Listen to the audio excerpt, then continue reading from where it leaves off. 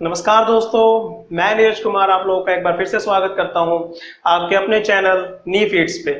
दोस्तों, जिन लोगों ने अब तक इस चैनल को सब्सक्राइब नहीं किया है तो प्लीज इसे सब्सक्राइब कर लीजिए और साथ के साथ हम लोगों से जुड़े हुए डायरेक्ट वीडियोस पाने के लिए बेल आइकन को प्रेस कीजिए।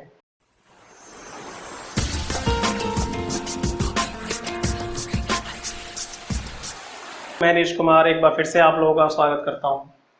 दोस्तों, अभी आने वाले कुछ समय में एसएससी के बहुत से एग्जाम होने वाले हैं, जैसे कि सीपीओ का एग्जाम, एसएससी सीजीएल का एग्जाम और भी विभिन्न प्रकार के जो कॉम्पिटिटिव एग्जाम्स होने वाले हैं। उसमें एक जीएस का मुख्य पहलू एक इतिहास भी रहा है हमेशा से, और इतिहास से कम 5 से 6 क्वेश्चन तो होते हैं। अगर ये जीएस का पोर्शन अगर बात करें हम कि 50 नंबर का आता है, उसमें से इतिहास से 5 से 6 क्वेश्चन तो होते ही होते हैं, और खासकर इतिहास के मध्यकालीन हिस्से से तो बहुत से क्वेश्चन पूछे जाते हैं।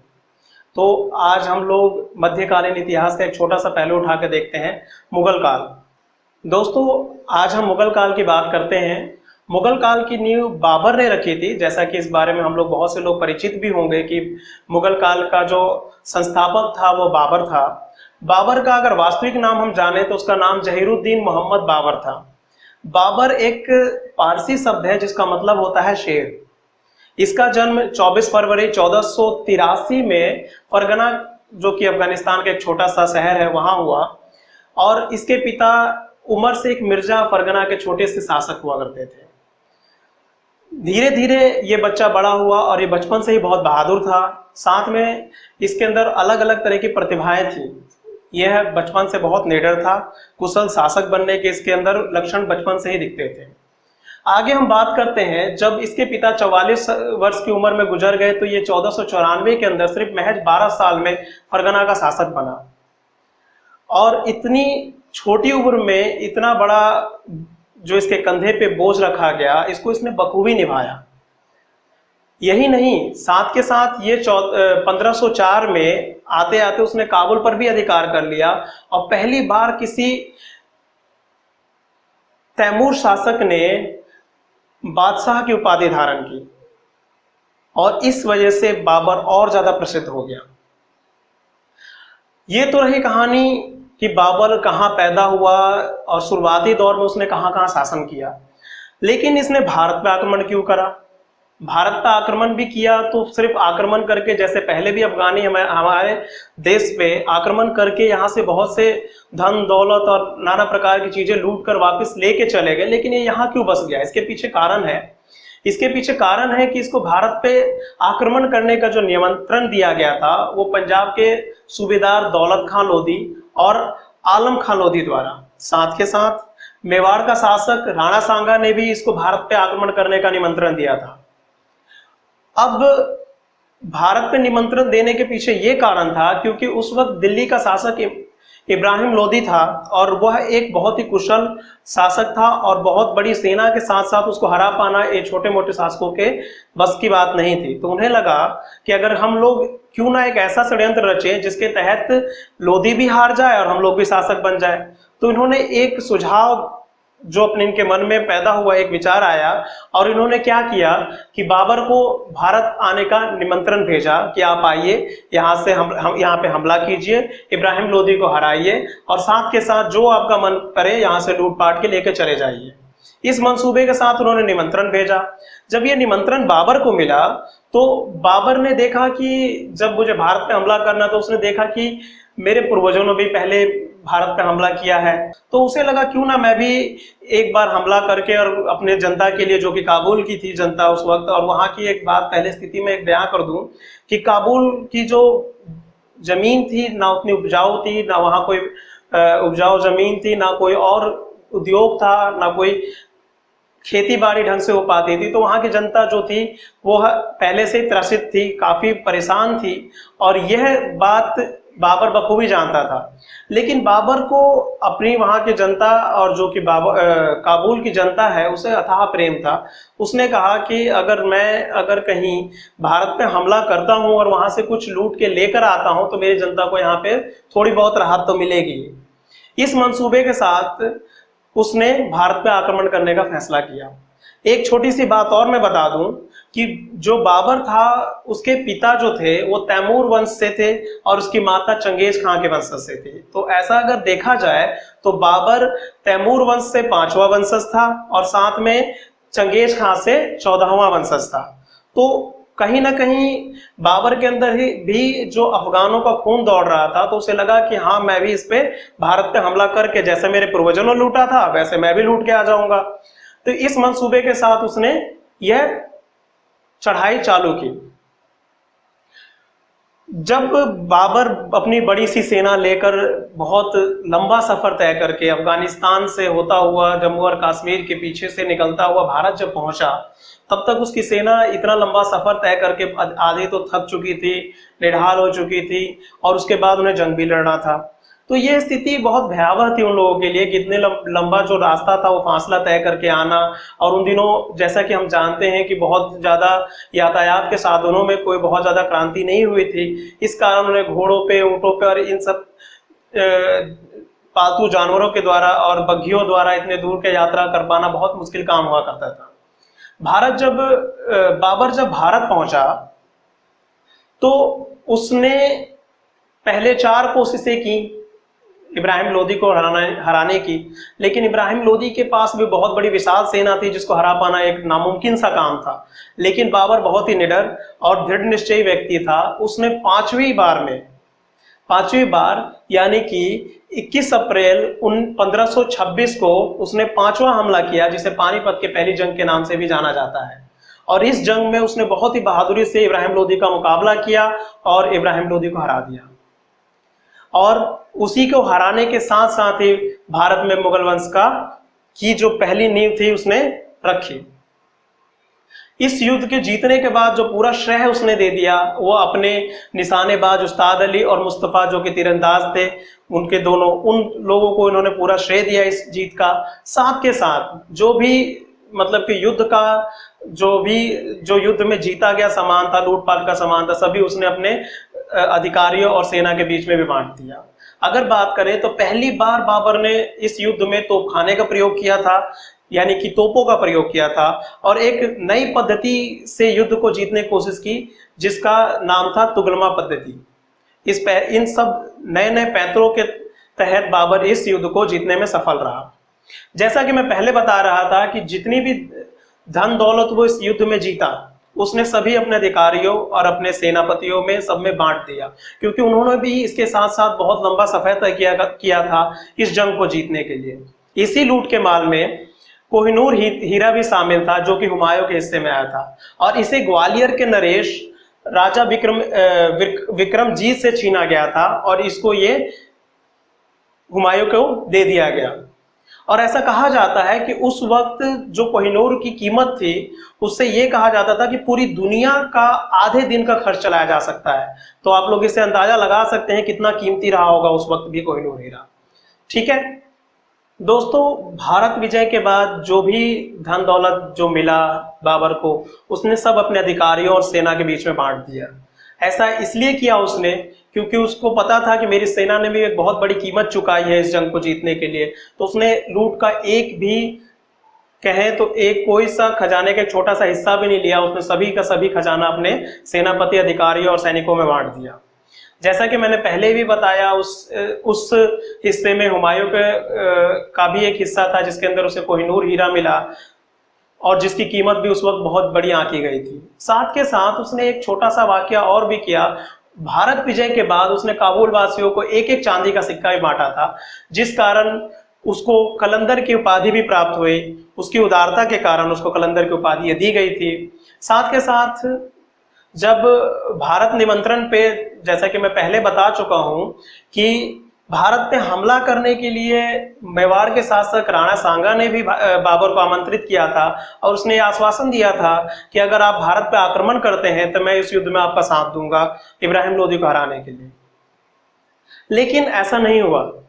राणा सांगा ने युद्ध के ठीक सब पहले इस युद्ध में भाग लेने से मना कर दिया और इस तरह से बाबर अकेला पड़ गया। इस जंग को उसने बखूबी लड़ा और कई कोशिशों के बाद खासकर जीत भी लिया, लेकिन उसका जो जीत के बाद भी जो राणा सांगा के प्रति रोष था वो शांत नहीं हुआ। उसके अगले ही वर्ष 17 मार्च 1527 में उसने खानवा का युद्ध छेड़ दिया, जो कि मेवाड़ के शासक राणा सांगा और बाबर के बीच में हुआ। यह जो युद्ध हुआ वो लगभग आगरा से 35 किलोमीटर दूर एक सीकरी जगह है, जो उस वक्त सीकरी के नाम से जाने जाती थी। लेकिन जैसे ही बाबर ने उस जगह पे, खानवा का मैदान है वहां बहुत बड़ा, और ये एक तरह से कहा जाए तो उत्तर प्रदेश और राजस्थान का बॉर्डर समझ लीजिए, उसके बीच ये जंग लड़ा गया। और साथ के साथ जैसे ही वहां पे बाबर इस युद्ध में जीत गया और उसने राणा सांगा को मार दिया, और इस जीत के उपलक्ष्य में ही उसने फतेहपुर इसका नाम दिया, जो कि आज जो प्रख्यात नाम है वहां का वो फतेहपुर सीकरी है। ठीक है। और इसी युद्ध के दौरान इसने जिहाद का भी नारा दिया था। जैसा कि मैंने पहले भी आप लोगों को बताया था कि जो बाबर की सेना थी वो इतनी बड़ी सफर से और इतने लगातार युद्धों से थक चुकी थी, तो अपने सैनिकों का मनोबल बढ़ाने के लिए उसने जिहाद का नारा दिया। या मैं बता दूं आप लोगों को, जिहाद का मतलब होता है कि धर्म की रक्षा के लिए युद्ध लड़ना। तो उसने जिहाद का नारा दिया और खुद गाजी की उपाधि धारण की। गाजी का मतलब होता है धर्म की रक्षा करने वाला। तो इस नारे के साथ और इस जिहाद का नारा और इस उपाधि के साथ पूरी सेना ने दमखम से लड़ा और खानवा का युद्ध जीत लिया। इसका परिणाम बहुत सीधा सा रहा, जैसा कि पहले प्रतीत हो रहा था। बाबर की जीत के साथ साथ उसने राणा सांगा को भी मार दिया, और फतेहपुर सीकरी का जो कि दूसरा हिस्सा था दिल्ली के बाद, उसने फतेहपुर सीकरी पे भी अपना शासन जमा लिया। इस तरीके से अगला उसका युद्ध रहा, जैसा कि भारत में जब भी, मैं बता दूं पहले आप लोगों को कि भारत जब उसने बाबर ने भारत पे जैसे हमला किया, उसके बाद वो कभी चैन से नहीं बैठ पाया। हर साल दर साल जितने वर्ष वो जिंदा रहा तब तक लगभग युद्ध ही लड़ता रहा। तो बता दूं तो इसी क्रम में अगला युद्ध था चंदेरी का युद्ध। खानवा के युद्ध के बाद ही अगले वर्ष सन 1528 यानी कि 29 जनवरी 1528 को एक और युद्ध लड़ा गया, चंदेरी का युद्ध, जो कि मेदिनी राय और बाबर के बीच में लड़ा गया। इसी युद्ध में ये साक्ष्य मिलते हैं कि राजपूत महिलाओं ने अपनी आबरू बचाने के लिए जौहर व्रत किए। मैं आप लोगों को यहाँ बता दूं, जौहर व्रत एक जो शब्द आया है यहाँ पर, जौहर व्रत उस वक्त ये कहा जाता था कि जो राजपूत महिलाएं होती थी, किसी जंग में अगर मान लेता हूँ कोई राजा हार जाता था, तो जो उस राज्य की महिलाएं होती थी अपनी इज्जत बचाने के लिए वो भी अपने पति के साथ अपना दाह कर लेती थी आग में, तो इसको जौहर व्रत कहा गया। तो इसी के साथ बाबर ने चंदेरी का युद्ध भी जीता और मेदिनी राय को हरा दिया। चंदेरी के युद्ध के ठीक एक वर्ष बाद 6 मई 1529 को घाघरा का युद्ध लड़ा गया। अफगानों और बाबर के बीच में यह युद्ध बहुत ही विशाल युद्ध था, जिसमें फिर से एक बार बाबर ने जीत हासिल की। इसी के साथ साथ बाबर ने भारत में सिर्फ मुगल वंश की नींव ही नहीं रखी, बल्कि जो मुगल वंश का जो एक तरह से ये कहें कि मुगल वंश की नींव को मजबूत भी किया और अपना वर्चस्व बड़े स्तर पर फैलाया। साथ के साथ इसके बाद ही सन 1530 के अंदर जब बाबर 48 वर्ष के था, तो उसे एक सूचना मिली कि काबुल पे हमला हो गया है। तो काबुल के हमले की बात सुनकर, जैसा कि मैंने पहले भी इस वीडियो में जिक्र किया है कि काबुल बाबर को अपनी जान से ज्यादा प्यारा था। उसने कई बार कई जगहों पे अपने बाबरनामा में भी इस चीज का जिक्र किया है। तो वह हमले की बात सुनकर वो तत्काल ही काबुल के लिए रवाना हुआ, और ऐसा माना जाता है कि कश्मीर के आसपास वादियों में वहां पे बर्फ गिरी हुई थी, जो अपने सैनिकों के साथ उसको हटाते वक्त इसकी मृत्यु हो गई। इसके ठोस सबूत तो नहीं है, लेकिन हाँ उसी रास्ते में इसकी मृत्यु हो जाती है और उसके बाद इसके सैनिक वापिस इसे आगरा ले आते हैं। साथ ही साथ पहले तो शुरुआती दौर में इसको आगरा के आराम बाग में दफनाया गया, लेकिन इसकी इच्छा अनुसार इसे बाद में काबुल में दफना दिया गया, क्योंकि इसकी पहली इच्छा ये थी कि अगर मैं मरूं कहीं पे भी तो मेरा कब्र कहाँ होना चाहिए, काबुल में होना चाहिए, क्योंकि काबुल से इसको अथाह प्रेम था। तो अगर हम अभी की बात करें तो बाबर का जो मकबरा है वो काबुल में है। अगर हम लोग बाबर के बारे में ज्यादा विस्तार से और कुछ शब्दों में कहना चाहें तो बाबर एक महान योद्धा, कुशल सेनापति, श्रेष्ठ कवि, उम्दा जीवनी लेखक और कला और संगीत प्रेमी था। साथ के साथ वो धार्मिक सहिष्णु, साथ में उदार हृदय और एक साहसी व्यक्ति था। अगर हम बात करें तो उसने अपनी जीवनी स्वयं लिखी, जो कि तुजुक बाबरी के नाम से जानी जाती है, यूं कहें कि बाबरनामा। और उसको लिखने में उसने टर्किश भाषा, यानी कि अगर बात की जाए तो जिसे चगताई भाषा भी कहा जाता है या पर्शियन भाषा भी कहा जाता है, उसका इस्तेमाल किया। साथ में उसने एक मुबैयान नाम की पद्धति की भी शुरुआत की थी, जो कि बाबर के ने ही मतलब कि इसको एक तरह से इंट्रोड्यूस किया था, यूं कहें कि। तो उसके साथ ही जो तुजुक बाबरी था या बाबरनामा था, उसका फारसी अनुवाद अब्दुल रहीम खाने खाना ने किया और उसका अंग्रेजी अनुवाद बेबरीज ने किया। तो यानी कि जब बाबर की मृत्यु हो गई, तब यहाँ पे इस कहानी को विराम देते हुए थोड़ा बहुत कुछ जानने की कोशिश करते हैं कि इतनी बड़ी कहानी हमने सुनी, जो उसके पीछे क्या कारण है, सवाल कैसे किए जाते हैं। तो अब थोड़ा सा सवालों की तरफ बढ़ते हैं। तो जैसे कुछ सवाल किए जाते हैं, जैसे कि सबसे पहले बाबर कहाँ का शासक बना। तो हम लोगों को पता है कि सबसे पहला जो बाबर शासक बना था वो फरगना का बना था। लेकिन बच्चे क्या गलती करते हैं, उन्हें लगता है कि बाबर ने काबुल में सत्ता जमाई और वहां से बादशाह की उपाधि धारण की। तो कुछ लोगों को यह भी लगता है कि बाबर ने सबसे पहले जो शासन किया वो काबुल में किया, जो कि गलत है। उसका सही जवाब है फरगना। दूसरा, कि पानीपत की जंग कब हुई, ये बहुत ही बार बार पूछा जाने वाला क्वेश्चनों में से एक है, जो कि ये बार बार पूछा जाता है कि पानीपत की जंग कब हुई। साथ में ये पूछा जाता है कि पानीपत की पहली जंग किसके किसके बीच में लड़ी गई, या फिर ये पूछा जाता है कि पानीपत की जंग कौन से सन में लड़ी गई। तो दोस्तों, इससे ये सारे सवाल क्लियर होते हैं। उसके बाद ये पूछा जाता है कि बताइए कि खानवा का युद्ध किन किन दो शासकों के बीच में लड़ा गया और किस सन में लड़ा गया। तो इस प्रकार के जो छोटे छोटे क्वेश्चंस जो बनते हैं मुगल एम्पायर से, ये पूछे जाते हैं। दोस्तों, पहले मैं जिक्र कर चुका हूं कि मुगल वंशज ने कैसे भारत में आक्रमण किया और बाबर ने किस तरह से यहाँ पे मुगल वंश की स्थापना की और उसकी कैसे कैसे और किन किन हालातों में उसकी मृत्यु हुई। बाबर की मृत्यु के बाद उसका जो शासक हुआ वो हुमायूं हुआ, जिसने 1530 से लेकर 1556 तक, मतलब इसका जीवन काल तो रहा, लेकिन यूं कहें कि ये इतने दिन शासन नहीं कर पाया। इसके पीछे भी कई कारण थे। बाबर का सबसे बड़ा बेटा होने के नाते 23 वर्ष की उम्र में हुमायूं राजगद्दी पर बैठा उसकी मृत्यु के बाद। और जैसा कि बाबर की इच्छा थी कि जो उसकी जितनी भी सत्ता है वो अब उसके भाइयों में बांटी जाए, या यूं कहें कि बाबर के 4 बेटे थे, हुमायूं और उसके अलावा कामरान, हिंदाल और अस्करी। तो हुआ ये कि हुमायूं ने राजगद्दी संभालते ही कामरान और जो अपनी सत्ता थी वो कामरान, हिंदाल और अस्करी के बीच में भी बांट दी, जो कहीं ना कहीं इसके पतन का कारण भी बनी, क्योंकि इसके भाई जो थे वो इससे ज्यादा खुश नहीं थे और ये नहीं चाहते थे कि हिंदुस्तान का शासक हुमायूं बने। थोड़ा सा और जिक्र करते हैं तो अगर हुमायूं की बात करें तो उसका बचपन का नाम या यूं कहें वास्तविक नाम जो था वो नसरुद्दीन था। ठीक है, ये बहुत वीर तो था लेकिन आलसी और मानव पारखी नहीं था। इसके लोग इसे मतलब एक तरह से यूं कहें तो लोगों की समझ नहीं थी, जिसका फायदा हर मोड़ पे लोगों ने उठाया और इसका खामियाजा भी इसे भुगतना पड़ा। बात कहें तो कामरान को इसने काबुल और कंधार दे दिया राज करने के लिए, मिर्जा अस्करी को उसने संभल दे दिया और मिर्जा हिंदाल और को एक तरह से उसने कहें तो अलवर और मेवाड़ का शासन दे दिया और खुद दिल्ली की गद्दी पर बैठा।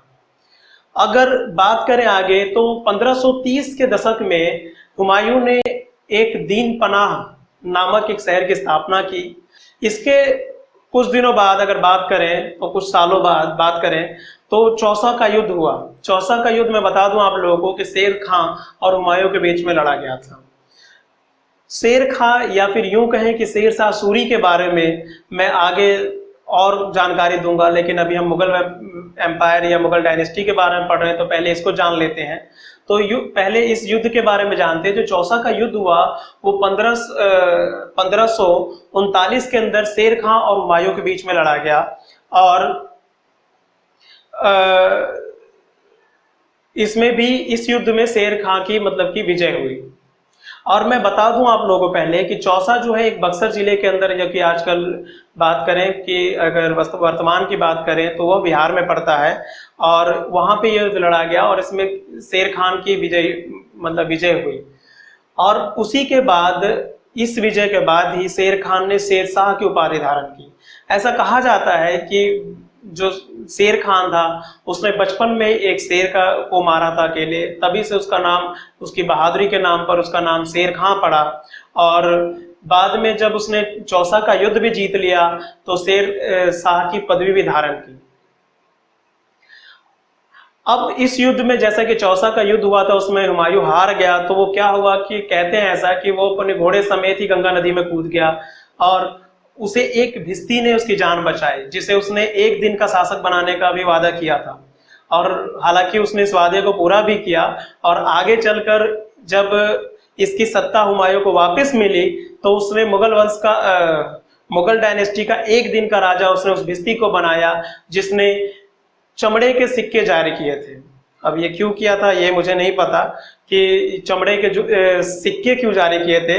ऐसा हो सकता है कि उसने अपनी पहचान विशेष करने के लिए ऐसा कुछ किया हो। चौसा के युद्ध के बाद शेर शाह सूरी, या यूं कहें कि शेर खां और हुमायूं के बीच अगला जो युद्ध लड़ा गया वो बिलग्राम का युद्ध था। और बिलग्राम उत्तर प्रदेश के हरदोई डिस्ट्रिक्ट में पड़ता है।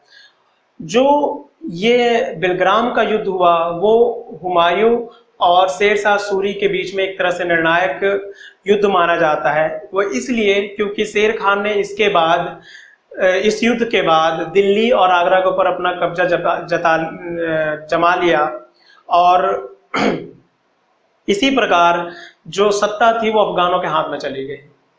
इसके बाद हुमायूं को भारत छोड़ के भागना पड़ा, वो सिंध की तरफ भाग निकला और अगले 15 वर्षों तक भटकता रहा। इसी दौरान हिंदाल के एक आध्यात्मिक गुरु थे जिसका नाम था मीर अली, उनकी पुत्री थी हमीदा बानो बेगम, जिससे 29 अगस्त 1541 ईस्वी में हुमायूं ने विवाह किया, और उसी से एक आने वाले मुगल वंश का सबसे जो तेजस्वी एक तरह से कहे सम्राट अकबर पैदा हुआ। शेर शाह सूरी की मृत्यु के बाद 1555 में हुमायूं भारत वापस लौटा और उसने पंजाब के सूरी शासक के बीच में एक युद्ध लड़ा, जिसे मछीवाड़ा का युद्ध, या यूं कहें कि सरहिंद के युद्ध के नाम से भी जाना जाता है।